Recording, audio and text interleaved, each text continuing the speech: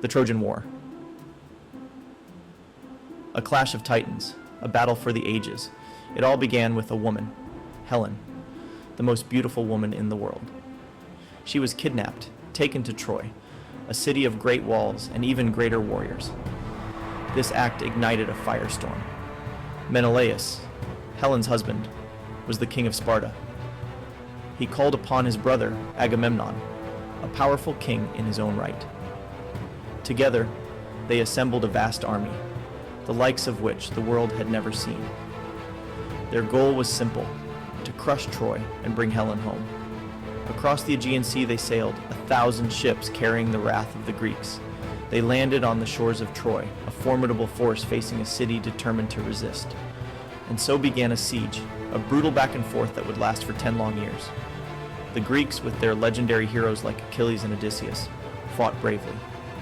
But Troy's walls, said to be built by the gods themselves, held strong. Neither side could gain the upper hand. The war seemed destined to rage on forever. The years turned into a decade. The Greeks grew weary. Their hopes dwindled with each passing season. Their dream of conquering Troy seemed to slip further and further away. A sense of despair began to creep into their hearts. They needed a miracle, a stroke of genius, anything to break the deadlock. Odysseus, known for his cunning mind, saw the weariness in his fellow Greeks. He knew that brute force wouldn't win this war. They needed a different approach, something unexpected, something that would catch the Trojans completely off guard.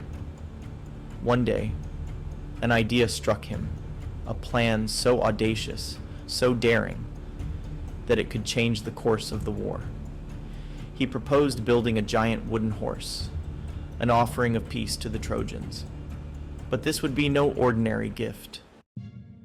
The Greeks, desperate for a victory, embraced Odysseus's plan. They set to work, their skilled craftsmen toiling day and night.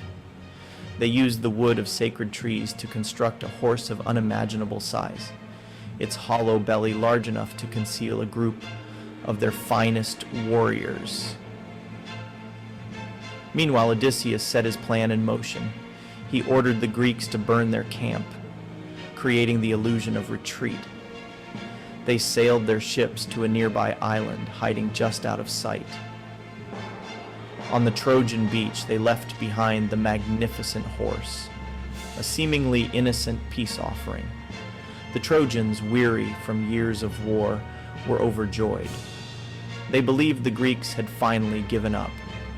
They saw the horse as a symbol of their victory, a tribute to their strength. Little did they know that within its wooden ribs, danger lurked. The fall of Troy, when silence meant defeat. As night fell, the Trojans celebrated their supposed victory. They feasted and drank, their guard lowered by their perceived triumph. The city, once a bastion of vigilance, fell silent, lulled into a false sense of security. Under the cover of darkness, the Greek warriors, hidden within the horse's belly, stealthily emerged. They opened the city gates, allowing their comrades who had secretly returned from the island to pour in. The Greeks, like avenging ghosts, descended upon the unsuspecting city. Chaos reigned as the Greeks took their revenge. Fires raged, consuming homes and temples. The streets ran red with the blood of Trojan defenders.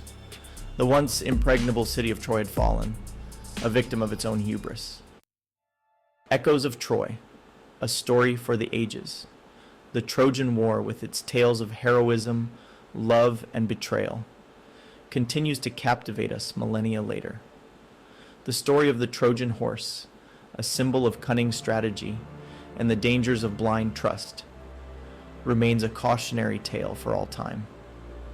The fall of Troy reminds us that even the mightiest can fall, that victory can be fleeting, and that appearances can be deceiving. It teaches us the importance of vigilance, even in moments of apparent triumph. The echoes of this ancient conflict still resonate in our art, our literature, and our collective imagination. The Trojan War reminds us of the enduring power of stories, their ability to transcend time and teach us valuable lessons about ourselves and the world around us.